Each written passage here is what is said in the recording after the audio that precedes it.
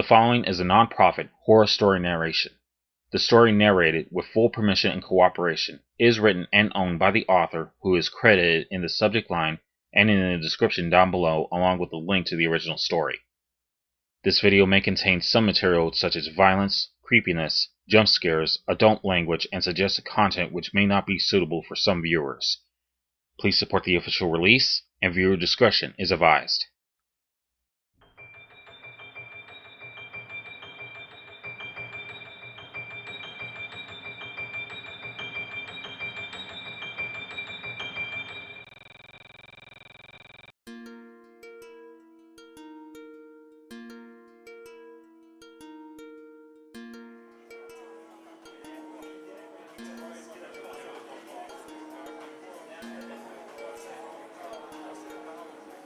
I regret the night I heard the story.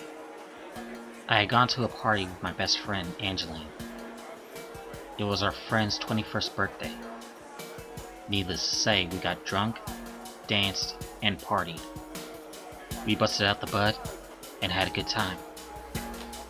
It was when we went outside to smoke and enjoy the cool summer air that Angeline started to act weird. She pointed across the street, staring hard. You see that? See what? I asked, taking a hit of bud. I watched the smoke curl up from between my lips slowly. I'm a fucking dragon, I said, but Angeline wasn't paying attention. Under the tree. There. You see? I squinted, but didn't see anything but a tree across the way. Nope. Angeline licked her lips and shifted nervously. I think it's an animal. This must be some good shit, I said, laughing. But she didn't laugh with me. Just kept staring silently till it freaked me out too. Hey, do I need to take you home? You can't be that messed up. She was quiet. Do you remember those stories? The ones about the devil's dog? Angeline, those stories were to scare children. To keep us from doing shit like this, I said, holding up the weed. She nodded. Yeah, those are stories. But it was based on a different tale. I took another hit and offered her some, but she refused. She just kept staring across the street. I thought she needed a hit and calm down, but I wouldn't force her. The story was that the person who saw it had to keep looking, she said. Or what? It shat on your porch? Angeline clenched her fist. She wouldn't even risk glaring at me. Or they were eaten. Taken away, dragged to hell, whatever. Bad shit, okay? Alright, jeez, I said. But how do you even know if you see it? Wasn't it supposed to be some kind of invisible monster dog thing? The eyes, she answered. It always stays hidden, but you can see its eyes reflecting the light like two round golf balls. I took another drag and heard Angeline whimper. It's staring back at me. Hey, calm down. There isn't anything there. I shook her shoulder. Just come in the house. No more drinking for you. She shook me off and yelled. No, I can't look away. You're really being weird, dude. Killing my buzz. Can't we just go in and chill? I was cursing Tasha for giving us whatever it was we smoked at this point. After 10 more minutes of staring at a tree in the cold, I had enough. I pulled Angeline and turned her away. She screamed at me and scratched at my arm as if she had turned feral.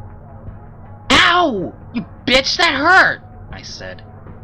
But she ignored me and turned back to the tree.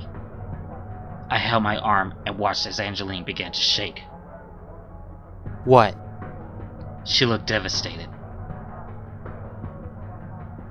It's gone. she said in a small voice. She turned teary eyes to me. And it's all your fault.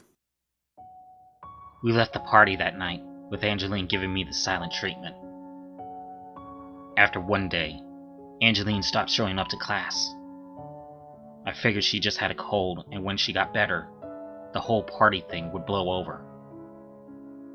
However, a few days later, Angeline's mother called me and told me she was gone, that she wasn't answering her phone or email, nor has she been seen at work. Even her roommates haven't seen her. They said she had gone missing and were ready to file a police report. Had she run away? A psychotic break? I should have told someone about the party, but I hadn't. Angeline had told me it was my fault. I could have played into her fantasy, comforted her, hung out in the cold for 10 more minutes. Now it was too late, and my best friend was gone. I decided to file a police report myself. After work, I went down to the station, ready to confess everything. At 9 o'clock, the station was surprisingly empty and quiet, save for a few officers. I went to the front desk. I like to file a police report for a missing person. The woman on the desk had a hard expression. How long has the person been missing? I don't know, like 4, maybe 5 days. Her name is Angeline Morales. She hasn't shown up for school. You sure she hasn't run off with a boyfriend?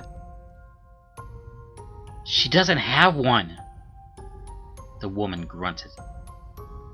You sure? I wanted to yell it in her face. Angeline wouldn't do that, though.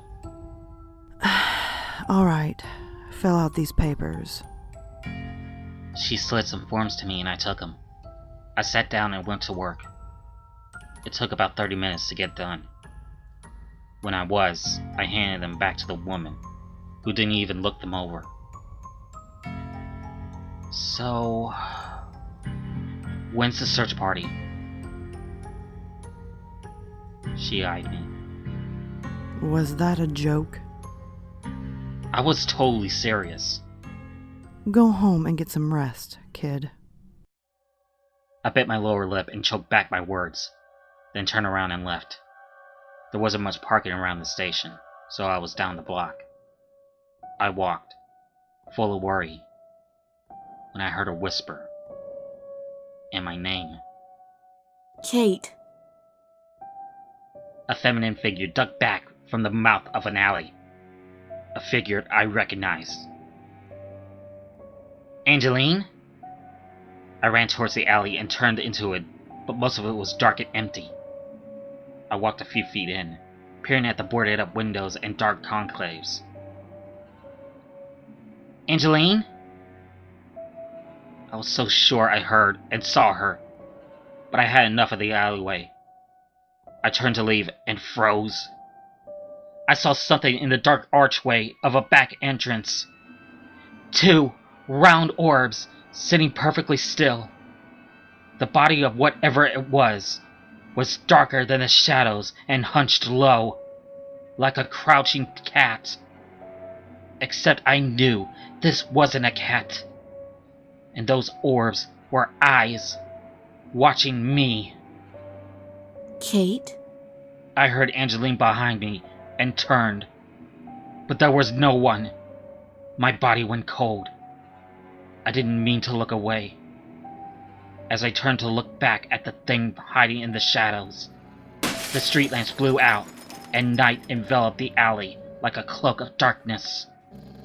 I stood there blind, unable to move, with the sound of a hurried breath and a soft growling growing closer.